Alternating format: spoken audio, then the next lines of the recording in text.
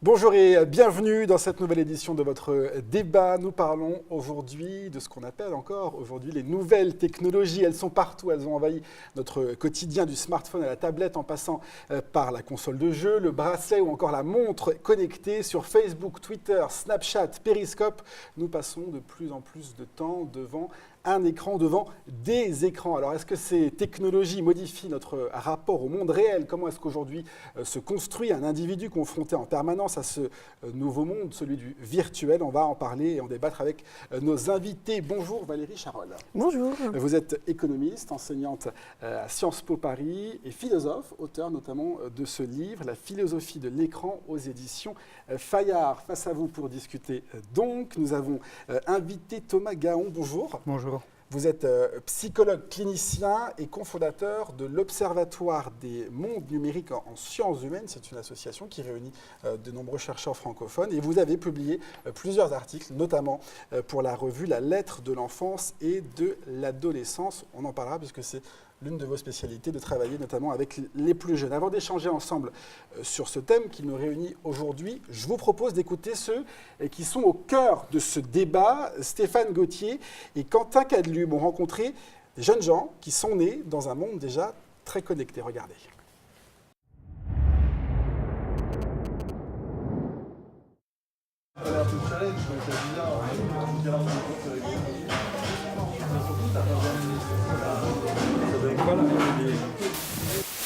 Et en moyenne, votre durée de connexion journalière?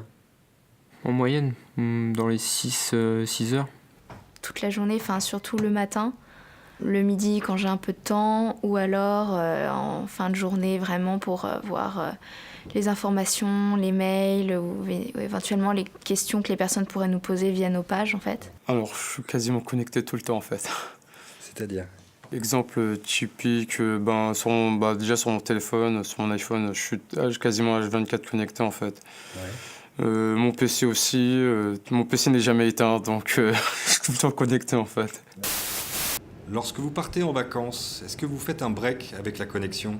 Non, c'est pas la peine. C'est-à-dire? Nos téléphones marchent très bien à l'étranger et on les utilise quand même. Ouais, mais ça coûte du fric d'avoir Ouais, non, mais c'est pas grave. C'est-à-dire qu'on va poster des trucs sur Facebook ou sur Instagram, Ouais, des photos de nos vacances, ouais. alors même qu'on est en vacances, on le fait pas en rentrant, quoi. Par exemple, un voyage où j'ai été en Crète, j'ai été beaucoup connecté quand même là-bas, alors qu'il y a un magnifique paysage, du beau temps, la plage. J'essaye d'être moins connectée. Après, c'est compliqué. C'est un effort et je m'oblige à me dire, voilà, on regarde que le soir ou que 1 ou 2 heures par jour. Est-ce qu'il vous arrive de ne rien faire? C'est de manière générale. Alors non. C'est très très rare. C'est-à-dire Rien faire. rien faire. En étant connecté? Bah, c'est-à-dire que ça arrive, mais du coup, quand j'ai envie de rien faire, je me pose sur un canapé ou quoi que ce soit, comme vous dites, mais je sors mon téléphone, quoi. Enfin, du coup, je fais plus rien. Est-ce qu'il y a des moments où vous vous dites stop, j'arrête, c'est trop? Il y a des moments où je me dis que c'est carrément trop. Quand je vois tous les gens dans le métro qui ont leurs écouteurs ou qui sont sur leur téléphone, ça me fait peur, carrément. Mais je fais pareil, hein, je suis avec mes écouteurs sur mon téléphone, quoi. Sûr et certain, je trouve que tout le monde abuse à ce niveau-là, et moi le premier, quoi. D'accord. On est tous perdus dans nos téléphones, et puis on devient associable à souhait. Oui, ce Ouais. sentiment d'être pas accro, mais le téléphone greffé à la main, alors qu'on devrait être rivé sur la nature qu'on nous propose. D'accord. Et donc là, vous vous régulez ou au final, non? Il y a le sentiment de vouloir, mais Réseaux sociaux ou jeux vidéo? non, ce serait plutôt jeux vidéo. D'accord, donc là, on change de nature de connexion.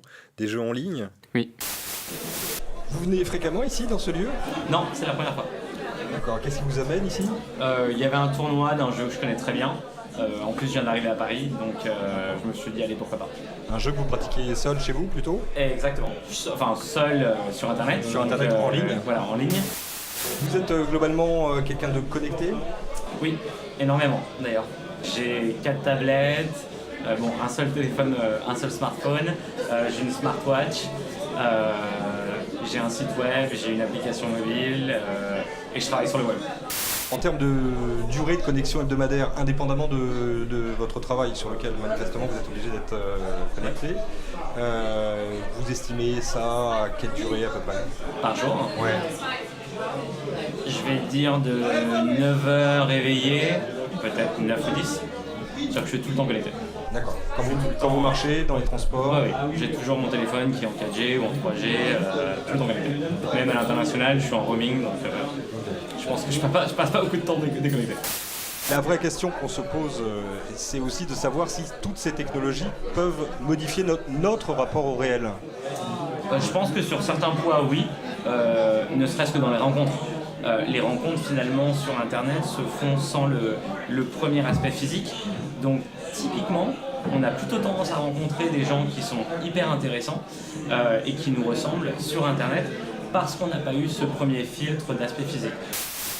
Le réel devient fade par rapport à l'interactivité et toutes les interactions que peut nous donner un écran ou un jeu vidéo. Ok, c'est intéressant comme point. On va dire que le virtuel viendrait finalement remplacer le réel dans l'émerveillement et ce genre de choses. Et je pense que ça modifie les comportements. Il y a cette image très connue, c'est une petite vidéo ça doit être un 4-5 ans, enfin un enfant, qui prend un magazine et qui interagit avec le magazine comme il interagirait avec une tablette. C'est-à-dire qu'il va essayer de presser et sous le manque d'interactivité du magazine, je pense qu'il y a définitivement un regret ou en tout cas une mauvaise surprise pour l'enfant.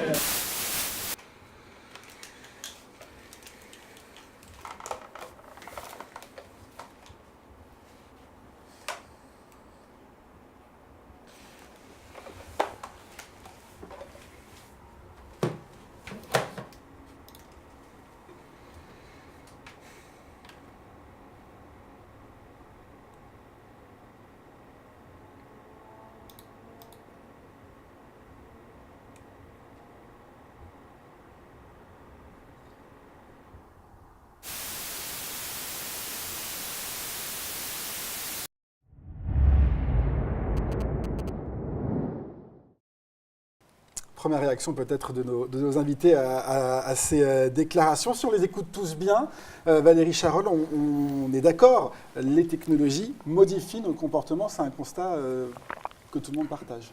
Mais ça modifie nos comportements, même si dans le reportage, il y a quand même un certain nombre d'exemples de personnes qui vivent de façon un peu extrême les nouvelles technologies. Ça modifie nos comportements, mais ça modifie aussi tout simplement le réel dans lequel on vit.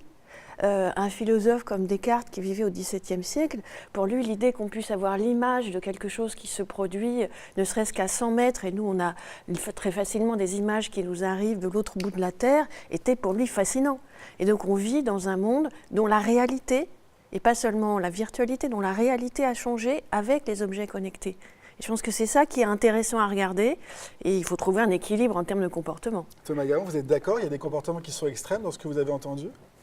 Extrême, toujours très compliqué de définir une norme, surtout dans une situation où les technologies sont très mouvantes, où les possibilités sont incomparables.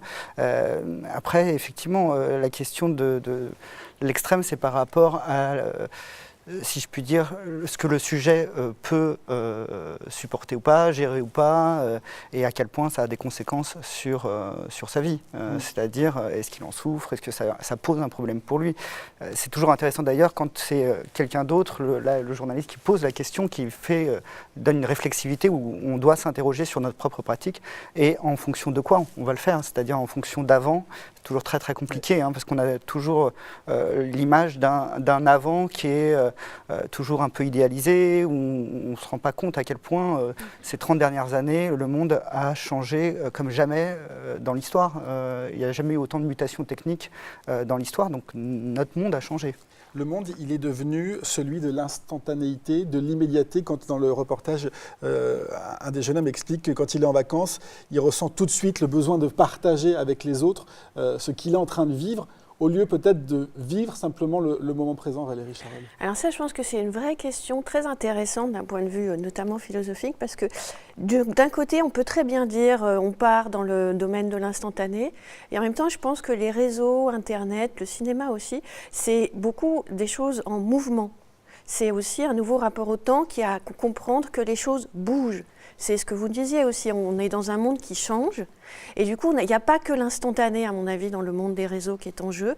Il y a aussi comprendre, et c'est une nouvelle forme que prend notre monde, que les choses sont en mouvement. Alors ça fait qu'il est peut-être moins facile de savoir exactement comment se comporter, mais en tout cas, c'est une vraie évolution qui est un changement profond. Thomas Gaon, quand vous écrivez avec les mondes numériques renaissent ce que vous avez appelé les terrains vagues d'antan où se fond et se diffond l'image de soi. Ça veut dire que quand on est sur un réseau social, par exemple, c'est notre double, c'est un autre soi qu'on met en scène, qu'on met en image. Alors, c'est pas un autre soi, c'est des facettes de soi. C'est une idée en philosophie qui est aussi, et en sociologie qui est toujours discutable. Est-ce qu'il n'y aurait qu'un soi unique dans toutes les situations? Moi, je suis de moins en moins sur cet avis. Je pense qu'il y a plein de facettes de soi qui s'actualisent en fonction des contextes, en fonction des lieux où on est, en fonction des personnes avec qui on est. Ce que produit la technologie numérique, c'est qu'elle offre des espaces-temps qui sont effectivement nouveaux, qui proposent des rencontres nouvelles, des modalités de rencontres nouvelles, et donc qui forcément vont permettre que s'exposent des facettes de soi qui ne s'exposent pas forcément. Et effectivement, pour le développement, notamment, moi je parle par rapport à l'adolescence, que ces espaces-là deviennent des terrains où il n'y a pas les adultes, ou en tout cas leurs parents, où les règles sont plus aussi claires, et donc il va pouvoir s'y passer des choses qui ne se produiraient pas dans d'autres contextes, les contextes ordinaires, si je puis dire, ou non numériques. Et c'est en ça, et ça existait déjà avant, effectivement, sur les terrains vagues, où on sait bien que s'y passait, il n'y a qu'à lire la guerre des boutons pour voir qu'il s'y passe des choses qui ne se passent pas à d'autres endroits. On est d'accord que le terrain vague, au bout d'un moment, on rentre à la maison et qu'il y a une notion de temps. Aujourd'hui, quand on entend ces jeunes qui nous disent on est connecté toute la journée, en précisant le matin, un peu le midi, et puis le soir, oui, en fait, toute la journée, H24, comme ils disent. Qu'est-ce que ça peut changer dans la construction d'un jeune adolescent? Il y a la construction d'un jeune adolescent au travers de la question des jeux et des réseaux sociaux. Mais il y a aussi le fait que sur Internet, c'est aussi une grande galerie marchande, on peut acheter. Et puis Internet et les réseaux, ce sera aussi après un outil de travail. Donc il n'y a pas que le monde de l'adolescence qui est transformé par Internet, même si c'est au début, au moment de l'adolescence que se font, enfin maintenant c'est au moment de l'enfance, les premiers aujourd'hui, c'est ce qu'on disait, ils sont nés avec les réseaux.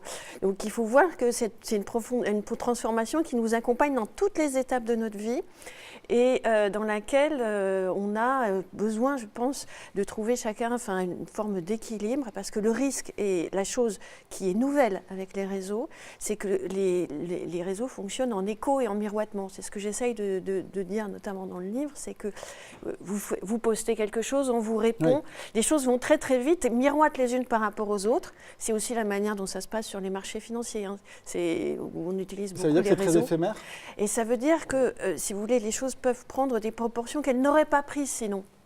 Comme on a des bulles et des cracks dans la sphère financière, on a des bulles de célébrités sur Internet et aussi des moments où on se dit « j'aurais jamais dû laisser passer cette image-là de moi ». Et face à ça, il faut vraiment être vigilant sur le fait qu'il y ait une régulation. Justement, ces règles, elles n'existent pas aujourd'hui. En fait, on est en train de les expérimenter et de les mettre en place petit à petit. Ouais, tout le monde bricole en fait, autant les familles, autant les sujets, tous les sujets, tout le monde bricole parce que on peut pas s'appuyer sur la tradition en disant écoute, mon grand-père il faisait Facebook 1 heure par jour, ton père aussi. On peut pas s'appuyer non plus sur un on qui est collectif, qui est ce qu'on appelle une norme homogène que vous avez par exemple dans les années 80 sur l'utilisation du téléphone fixe dans les maisons où quand le père parle à son ado, il lui dit écoute, on n'appelle pas pendant le repas, on n'appelle pas après 22h. Et quand il dit on, parce qu'il peut se le permettre, c'est la France entière qui parle. Parce que, où qu'il aille, tout le monde lui dira oui, c'est la même règle. Alors que là, pour le coup, que ce soit avec les téléphones portables, avec les technologies numériques, il n'y a pas cette homogénéité de la norme. Ça veut dire qu'il y a une sorte de perte de contrôle, comme vous l'expliquez, ça terrifie, vous dites, les dépositaires de cette charge, parents et gouvernants réunis. Ça veut dire qu'aujourd'hui, c'est peut-être les plus jeunes qui apprennent. Il y a un fossé en tout cas de génération. Il y a un fossé de génération, c'est-à-dire que la mutation technique fait qu'elle creuse des sillons. Après, il faut faut éviter toutes les généralisations, c'est-à-dire tous les gens d'une même génération, même la génération des millénaires, ils ne sont pas tous à égalité, ils n'utilisent pas tous ces technologies de la même manière, au même temps. Et il y en a, moi j'en vois, qui sont pas sur Facebook par choix, où ça ne les intéresse pas, où ils trouvent que c'est pour les vaniteux ou pour ceux qui sont exhibitionnistes. Donc encore une fois, il ne faut pas faire de généralité. Après, la question que vous posez, elle est importante parce que ça a toujours été, si vous voulez, toujours on regarde la jeunesse parce que c'est considéré comme la classe fragile, c'est-à-dire ceux qui sont les plus influençables. Qu'on a envie de protéger aussi. Qu'on a envie de protéger. Ça fait aussi l'économie des questions et les adultes là-dedans. Après, sur la question de la technique, il y a toujours eu de toute façon des peurs par rapport à ces impacts, que ce soit le cinéma auparavant, que ce soit le théâtre populaire, que ce soit ce genre de choses. Et la question que moi, évidemment, ce que j'illustre, c'est la question de la perte de contrôle et donc de l'excès. Or ça, c'est une question qui est antique, que vous avez déjà chez les Grecs, chez Platon dans les lois, de savoir qu'est-ce que c'est qu'une bonne vie et qu'un homme bien, c'est quelqu'un qui se contrôle, c'est-à-dire c'est quelqu'un qui régule ses passions et ses pulsions. Ça veut dire, Valérie Charol, qu'on est obligé aujourd'hui, avec le développement du numérique, de réinventer notre manière de penser aussi, notre manière de se penser, d'interagir et de penser tout court. Oui, moi, l'idée que j'ai essayé d'expliquer dans le livre, c'est que on a des manières de penser qui nous sont venues de la philosophie des Lumières, dans lesquelles on se dit il y a d'un côté la morale et puis de l'autre côté la science et des choses donc d'une part qui sont du registre du chiffre et de l'autre part du registre du comportement éthique, et que ces deux choses sont très étanches. Et dans un monde technique comme le monde d'aujourd'hui, ce genre de raisonnement qui fonde encore beaucoup de nos présupposés, on peut toujours le tenir, mais ça ne nous permettra pas de trouver des bonnes manières de nous comporter et de trouver des réponses face aux nouveaux défis technologiques qu'on a. Donc, il y a donc vous êtes d'accord sur le fait qu'il faut réinventer aujourd'hui des bases pour pouvoir s'appuyer sur elles pour vivre avec ce monde numérique, en fait. Mais alors ces bases, il y en a une partie qui ressort quand même aussi de la législation et du domaine du droit politique et positif, quand il y a des questions qui se posent de sécurité, de protection de la vie privée, de droit, par exemple, de droit à l'oubli sur Internet. Il y a des choses comme ça auxquelles, je pense, la collectivité est en droit et a encore les moyens de veiller. Puis après, il y a des choses qui se passent plus dans le cercle privé, familial. Justement, les familles, elles sont conscientes, on imagine bien, de la dangerosité potentielle de ce monde numérique. Il n'y a pas d'unité, il n'y a pas non plus, il n'y a pas d'unité de la famille. Il y a vraiment des familles très diverses en fonction de leur capacité, en fonction de leurs connaissances. Les médias se font souvent l'écho des accidents dramatiques, mais extraordinaires, exceptionnels en termes de chiffres. Donc ça peut effectivement les apeurer. Et d'autres qui méconnaissent complètement parce qu'ils pensent qu'il y a des choses beaucoup plus graves qui peuvent arriver à leurs enfants dans la vie quotidienne. Donc mais effectivement, il y a toujours cette idée que c'est nouveau, c'est dangereux et surtout c'est inconnu. Si vous voulez, par exemple, je vous donne un exemple très simple, c'est-à-dire qu'il y a une éducation à la rue. Moi, je considère que maintenant, Internet, ça fait partie du monde. Donc, il n'y a pas à l'opposé. Il y a une éducation à la rue que toutes les familles font pour les enfants entre 6, en général, 5 et 10 ans. Ils leur disent, tu traverses, à ce moment-là, tu ne vas pas voir n'importe quel individu, etc. Et c'est une éducation qui se fait à la fois en tant qu'exemple et parce qu'on le dit. Quand vous avez des situations où on dit maintenant tu peux aller sur Internet et puis il n'y a pas de mots, il n'y a pas eu tout ce temps d'apprentissage, c'est quand même 5 ans d'apprentissage de la rue qui se fait, évidemment c'est compliqué de pouvoir transmettre là-dessus et les enfants ils grandissent.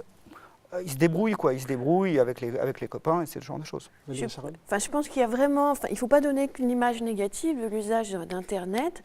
Il y a la question des jeux vidéo, il y a la question de ce qu'on fait sur les réseaux sociaux.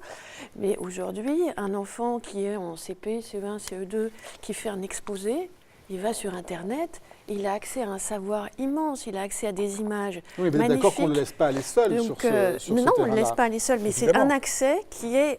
donc, on a des moyens avec les contrôles parentaux de bien savoir, en gros, là où ils peuvent aller. Vous avez tout ce qui est comme création collective en ligne, des choses du type Wikipédia. Enfin, c'est quand même aussi un énorme et profond moyen de renouveler et d'accéder à la connaissance qu'il ne faut pas du tout négliger. Je pense qu'il y a vraiment différents usages usage des réseaux. Et il y en a qui sont clairement à développer. Et puis d'autres sur lesquels il faut effectivement que les parents sachent éduquer leurs enfants comme ils savent pas toujours on est d'accord, le faire. c'est ni dangereux, ni totalement inoffensif, Thomas Garon. Bah oui. C'est comme le monde. Enfin, je veux dire, c'est la rue, c'est à la fois dangereux et en même temps, si vous faites attention, c'est inoffensif. Il y a une éducation, c'est ce qu'on appelle quelque part la question de la gestion du risque, qui est à faire, qu'on fait communément et qui est à faire. La difficulté, encore une fois, pour certains, on n'est pas tous à égalité là-dedans, c'est la question de la transmission. Vous voyez, par exemple, quand un parent dit écoute, tu vas sur Internet, ça ne veut rien dire. C'est comme si je disais écoute, va dans la rue. Non, tu vas sur tel site, tu vas sur tel endroit, tu fais comme ça pour le faire. C'est difficile quand soi-même, on est parent et on ne maîtrise pas cette question. Oui, c'est ça. Et ça, c'est un fossé qui va se combler progressivement parce que les générations, progressivement, grandissent avec, connaissent mieux, connaissent les risques. Donc, encore une fois, Internet, ça n'a c'est 96, donc ça a 20 ans. C'est même pas une génération. Les tablettes, ça date de 2011. Le haut débit en France, c'est 2000. Donc, c'est rien, quoi. Du coup, ça va très très vite. On voit bien et ça modifie vraiment profondément quand même la manière qu'on a de se comporter, de vivre. Et je pense qu'il y a effectivement deux risques qu'il faut éviter et dans lesquels il ne faut pas laisser les enfants et les adolescents se plonger. C'est d'être trop loin de ceux qui sont proches d'eux physiquement. Ouais. Et puis, donc de bien vivre aussi dans le monde réel qui les entoure. Et puis, faire attention, droit à l'oubli. Alors si j'entends bien, il ne faut pas opposer le monde réel et le monde virtuel. Ça, je pense qu'on est assez d'accord. Mais sur ce que vous venez de dire, aujourd'hui, on discute plus quand on est très connecté avec ceux qui sont plus loin qu'avec ceux qui nous entourent, par exemple. Est-ce que ça coupe, ça isole? Il y a un effet d'isolement, Thomas Garon? Non, les études qu'on a sociologiques, elles montrent que les gens qui sont à la base très sociables seront aussi sociables en ligne. Moi, je dis souvent que Internet, c'est un peu comme McDonald's, quoi. On vient comme on est, quoi. Donc, vous n'allez pas changer tout d'un coup parce que vous êtes en ligne. Donc, si vous êtes timide et réservé, ce que peut permettre Internet, c'est éventuellement que vous soyez un peu plus ouvert parce qu'il n'y a pas l'image de votre corps.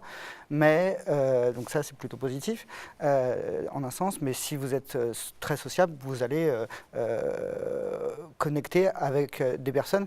Et généralement, Internet est conçu comme une continuation, et c'est là tout l'intérêt, c'est-à-dire c'est une prolongation du monde, c'est-à-dire de ce que vous vivez hors ligne, vous le continuez, vous restez en ligne avec vos amis, voire vous pouvez maintenir ce qu'on appelle des liens faibles, c'est-à-dire des gens qui sont comme ça dans votre entourage, vous pouvez maintenir des liens un peu à distance qui sinon seraient perdus. Par cette distance justement, ou par la distance géographique. De temps peut-être aussi. Oui, c'est-à-dire que ce que changent ces technologies-là, c'est que le corps et le corps physique n'est plus obligatoire et n'est plus une priorité comme ça pouvait être avant parce qu'on n'avait pas le choix. Vous, ça vous inquiète plus, cet isolement, cette rupture entre ceux qui sont à côté puis ceux qui sont plus loin, vers qui on est peut-être plus tourné si on est connecté?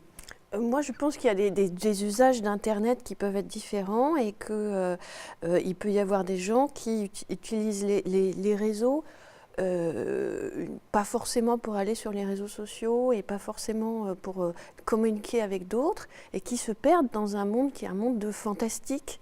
Et donc c'est plutôt l'univers du jeu vidéo, cet univers-là qui peut être un univers dans lequel on se perd et qui n'est pas un univers dans lequel on se fait des amis, mais qui est un univers dans lequel on fantasme un monde qui n'est pas le monde réel. Mais par ailleurs, je pense que il y a plein de manières d'utiliser Internet et qui est aussi une réalité de notre monde dans laquelle on peut bien trouver un bon équilibre.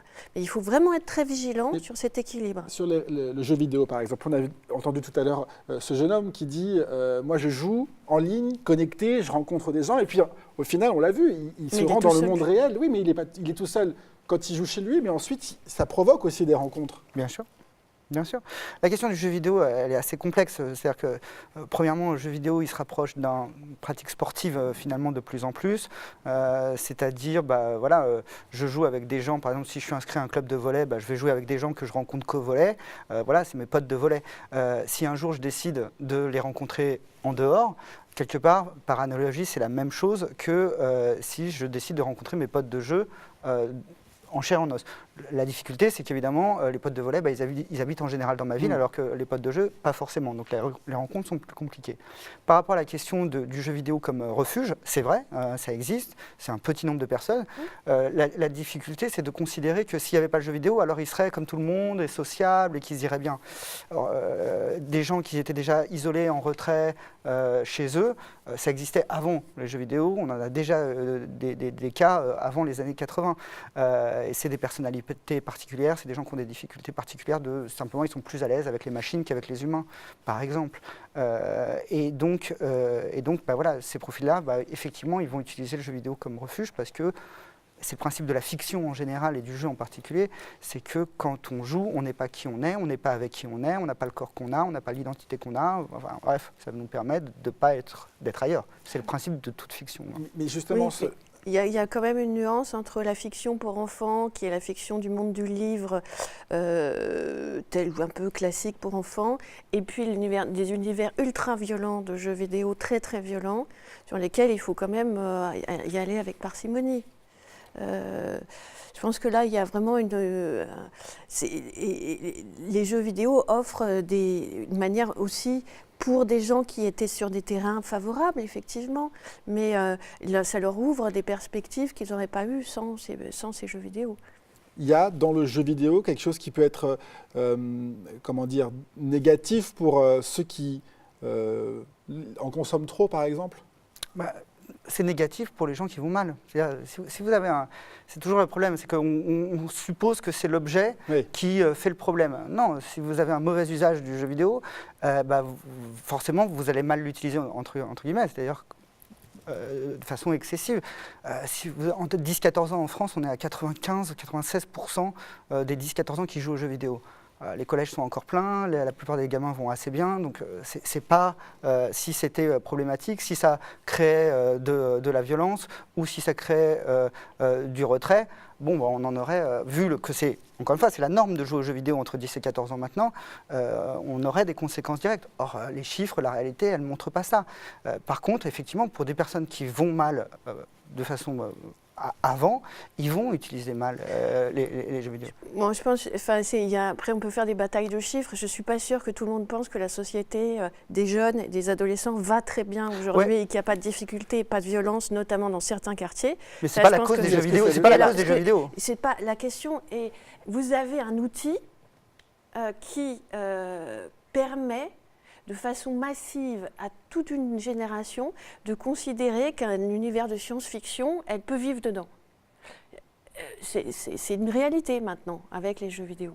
Et il faut être très vigilant par rapport à cette possibilité-là. Dire c'est de la science-fiction, c'est pas le monde réel. Ce qui vous inquiète, c'est la déconnexion, si on peut dire ce terme-là, du monde réel en fait. Ce qui m'inquiète, c'est la violence de certains univers de jeux vidéo. C'est pas du tout Internet en soi, mais pas du tout. C'est pas mieux d'utiliser cette violence dans un monde qui est virtuel, dans une histoire, plutôt que peut-être, je ne sais pas, la faire revenir dans le monde réel. Il peut y avoir une idée thérapeutique d'utiliser les jeux vidéo dans ce sens-là, ou alors c'est complètement... Je crois que la peur que vous soulignez, c'est une peur qui est aussi antique, et là, vous devez connaître ça mieux, c'est la peur que la fiction contamine la réalité. C'est une peur qui était déjà décrite par Aristote. Voilà, c'est une peur ancestrale, toujours, que la fiction contamine la réalité, que les gens n'arrivent plus à faire la différence entre les deux. Or, encore une fois, la fiction, ça ne commence pas avec le jeu vidéo. On a déjà eu avant avec le théâtre, le cinéma, ce genre de choses. Et il n'y a que des personnes qui vont mal, qui ont des pathologies mentales, qui confondent les deux au niveau fictionnel et réel. Après, en l'occurrence, avec Internet, on n'est pas dans l'ordre de la fiction. Dans le monde réel, dans le monde des jeux vidéo, oui, mais dans le monde d'Internet, on est dans un monde réel qui est certes numérique, mais notre monde aujourd'hui, on ne peut pas dire qu'il soit naturel. Donc il n'y a pas d'opposition nature-fiction à faire. C'est qu'il y a des possibilités. Il y a une opposition à faire nature-fiction. Non, mais entre nature-fiction, peut-être entre la nature et la fiction, mais pas entre le monde numérique. Il n'est pas non naturel. Enfin, c'est un monde dans lequel on vit. Oui. Voilà. Aujourd'hui, il est de plus en plus d'ailleurs Non, naturel. ce que j'essaye d'expliquer, oui, dans le livre, c'est qu'il n'y a plus de monde, naturel, qui serait donné à nous de façon naturelle, de nature, qui ne serait pas travaillé par l'homme, qui existerait, mais avec les réseaux, notamment, qui en sont un point d'arrivée d'une évolution technologique, et puis qui aura aussi d'autres... Qui ont d'ailleurs été totalement construits par l'homme. Construits par l'homme, et puis il y aura d'autres développements, il y a les nanotechnologies, eh bien, on est dans un monde qui est construit par l'homme, fabriqué, et dans ce monde-là, il n'y a plus vraiment de séparation entre nature et fiction. Et justement, il faut arriver à trouver des nouvelles assises pour trouver, sur le plan des discours politiques, mais aussi sur le plan des fondements éthiques et moraux, eh bien, des manières de penser qui peuvent être efficaces. Et ça renvoie à l'idée qu'il faut, alors, pas avoir uniquement dans la pensée aristotélicienne un équilibre, savoir c'est la morale du bon équilibre, ni trop peu, pas seulement ça, mais aussi savoir dire la loi à certains moments, elle doit fixer des bornes. Donc, par exemple, on a le droit à l'oubli sur Internet. Oui, on essaie de plus en plus d'ailleurs d'encadrer tout ce qui est nouveau numérique, notamment au niveau économique avec, par exemple, Airbnb, toutes ces choses-là. On essaie d'encadrer, mais ça nous dépasse quand même un petit peu, Thomas Garon. Au niveau de la législation ? La législation et puis le développement qui est ultra rapide. Bah oui, évidemment. De toute façon, les législateurs ils viennent toujours après la technique et après les usages également. C'est d'abord l'invention, après c'est les usages.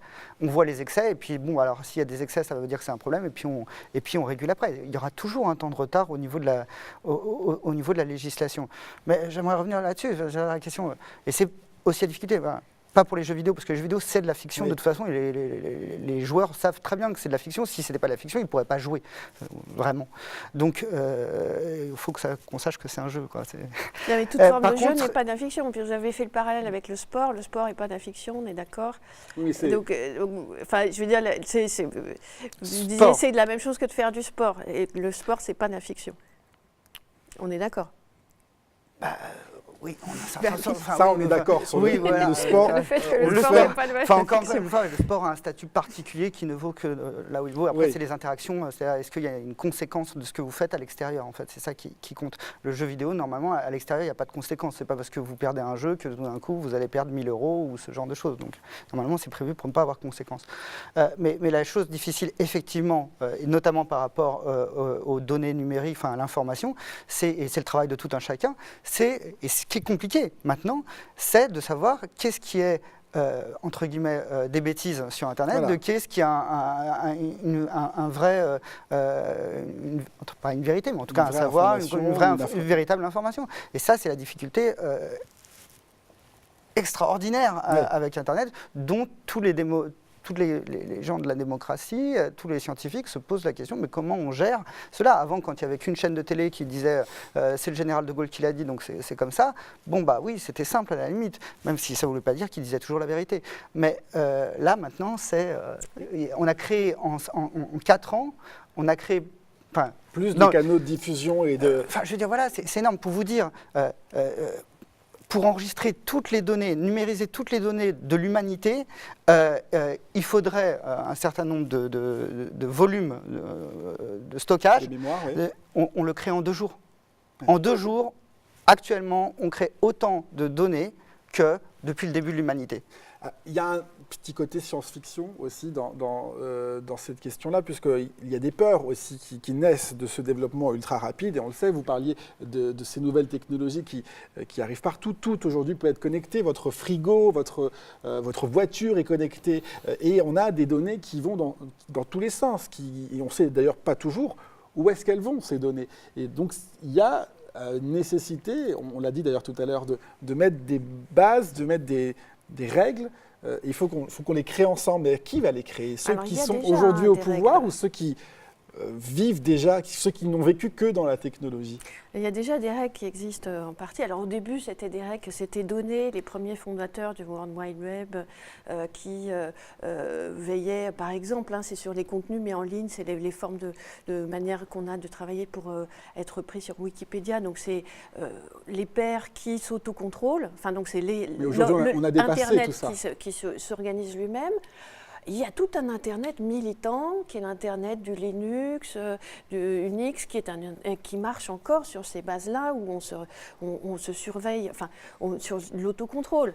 Et puis, il y a eu, alors là, à partir des années 99, un certain nombre de réglementations européennes, pour le coup, qu'on a traduites en droit français, pour dire, par exemple, sur les cookies, sur les spams, sur l'opting out, sur des choses comme ça, quelles sont les capacités que l'on a de se protéger et de protéger sa vie privée. Mais est-ce que ce n'est pas déjà dépassé tout ça, puisqu'aujourd'hui, j'ai un bracelet autour de la montre, il sait où je suis, combien de pas j'ai fait par jour, si j'ai dormi, si j'ai pas dormi, tout ça, on imagine très bien des entreprises commercialiser ces données. C'est pour ça qu'il faut faire très attention sur la marchandisation de ces données-là, et puis aussi, pas uniquement leur marchandisation, mais leur mise en sécurité. C'est-à-dire que du coup, on a sur Internet qui collecte un nombre très important de données qui sont des données à caractère privé, et il faut que ces données-là ne tombent pas dans des mains qui ne devraient pas les voir. Revenons un instant sur ce que disaient tout à l'heure les intervenants dans leur reportage. Quand on leur pose une question sur leur pratique, ils arrivent à prendre, enfin en tout cas je trouve, une forme de recul sur comment je suis connecté aujourd'hui. Ça vous étonne, vous ? Non, ça ne m'étonne pas. Encore une fois, alors moi je travaille avec des adolescents, donc ils n'ont pas toujours cette réflexivité-là, parce que ça ne fait pas si longtemps qu'ils utilisent ces techniques, et puis ils n'ont pas vécu suffisamment de choses pour avoir un peu de recul. Mais à partir de même 17, 18 ans, oui, les gens, quand on les interroge, ou quand il leur arrive quelque chose, c'est toujours le principe, il faut qu'il nous arrive quelque chose ou qu'on nous interroge pour pouvoir prendre un peu de recul et réfléchir sur soi. Mais encore une fois, la plupart d'entre nous, alors des fois consciemment, inconsciemment, on se débrouille, on bricole, on régule, on a essayé quelque chose. Par exemple, vous recevez, et ça c'est toute la complexité maintenant, si vous voulez. Je vais vous donner un exemple de ça qui montre à quel point c'est compliqué. À l'époque, par exemple, vous aimez bien une série, elle est sur la télévision, on vous en donne un épisode par semaine. Ouais. On vous en donne qu'un à un tel horaire. Vous n'allez pas envoyer un mail ou un courrier à l'époque pour demander un épisode en plus. Maintenant, on vous offre tout le coffret avec les 80 épisodes. Est-ce que vous allez le regarder, vous, à la même heure, le même jour, une fois par semaine ? Non. Ça veut dire on va s'arrêter de vivre presque pour le regarder. Ça veut dire qu'en fait, on vous délègue la responsabilité de gérer la tentation. On a un problème d'abondance avec ces technologies-là, et qui délègue à l'individu, et on n'est pas tous équipés pour, devoir gérer notre tentation. En soi, c'est plutôt bien qu'on n'ait pas un seul programme qui nous soit donné d'en haut. Ça, on est d'accord. Mais c'est très chronophage aussi, ça prend beaucoup de temps. Ça veut dire qu'il faut faire confiance aussi aux gens. Et le problème, c'est tant qu'on n'a pas exactement des bonnes manières de lire le monde, on aura du mal à bien se situer dans ce nouveau monde. Et ce que j'aime beaucoup dire, moi, c'est qu'on a un monde des médias qui est très présent, et via les réseaux sociaux aussi, qui fait beaucoup écho à des choses qui sont des événements dramatiques dans le monde. Et puis, on a un monde de la science qui décrit beaucoup et qui met beaucoup en avant les situations moyennes, normales. Et puis, on a aussi nos souvenirs personnels, qui sont souvent des souvenirs dans lesquels on met en avant les événements les plus heureux. Et les difficultés de la société des réseaux, c'est que ces trois lignes-là, elles ne coïncident pas. Ouais. Et c'est qu'on n'arrive pas bien à faire coïncider ces trois lignes. Donc, un des enjeux sur le plan philosophique, c'est aussi d'élargir la sphère de ce que la science considère comme normal, pour bien faire rentrer dedans ce qui relève de la subjectivité, puis aussi ce qui relève de l'hystérisation médiatique, et pour arriver à savoir comment s'orienter dans ce monde-là. Dernière question, avant de terminer. Les jeunes qu'on a interrogés, les jeunes gens, disent on veut se déconnecter, on essaye, mais ça demande un effort. Ça veut dire qu'aujourd'hui, se déconnecter, il faut le vouloir, c'est une vraie volonté, c'est de résistance, entre guillemets. Oui, c'est la question, mais pourquoi ? Pourquoi le faire ? Pourquoi se déconnecter ? Il faut avoir maintenant une raison pour se déconnecter. C'est-à-dire que la technologie, elle s'intrique insidieusement. Avant, entre guillemets, ce qu'introduit la technique, c'est toujours la question du possible. Par exemple, quelqu'un qui va dire « ouais, mais avant, les ados, ils n'avaient pas besoin d'autant parler, maintenant, ils parlent toute la journée. » Ouais, mais c'était juste pas possible de parler tout le temps avant. Vous deviez passer par votre père pour avoir le droit de téléphoner une demi-heure, et il contrôlait la conversation. Maintenant, voilà. Donc la question, maintenant, de cette possibilité, les gens l'ont. Alors après, comment ils vont réguler? C'est en fonction effectivement de motifs, c'est-à-dire quand c'est trop, quand ça gâche autre chose, parce que sinon pour eux, ça se construit sur quelque chose qui à la base est du temps qu'ils vont considérer du temps mort ou du temps libre, par exemple les temps des transports. Mais moi je vous donnerai des images des années 30 ou 40 où vous voyez un bus ou même un métro où il y avait tout le monde avec un journal dans les mains. Et personne ne se parlait comme aujourd'hui avec les écouteurs et l'iPhone. C'est une idée comme quoi avant tout le monde il y avait une communauté, tout le monde se parlait, etc. Dans les grandes villes, non, quand même pas, non. Vous êtes moins d'accord? Ah si, je suis absolument d'accord avec le fait que l'essentiel de la sociabilité des enfants aujourd'hui continue à se faire dans les cours de récréation, dans les jardins et dans une forme aussi de proximité physique en fait. Et qu'il y a en ce moment des modes, qu'on en reviendra sans doute un peu et que c'est un usage très récent. Et c'est normal qu'on ne sache pas bien au début comment se positionner par rapport à ça, mais qu'il est possible qu'on arrive vers des choses où on est à peu près raisonnable. Et je pense qu'il sera peut-être à la mode à un moment de ne pas avoir de profil Facebook. Il y a des milieux dans lesquels c'est à la mode de ne pas avoir de profil Facebook, d'être pas trop sur les réseaux. Donc ça dépend aussi de phénomènes de distinction. Donc c'est en ce moment la mode.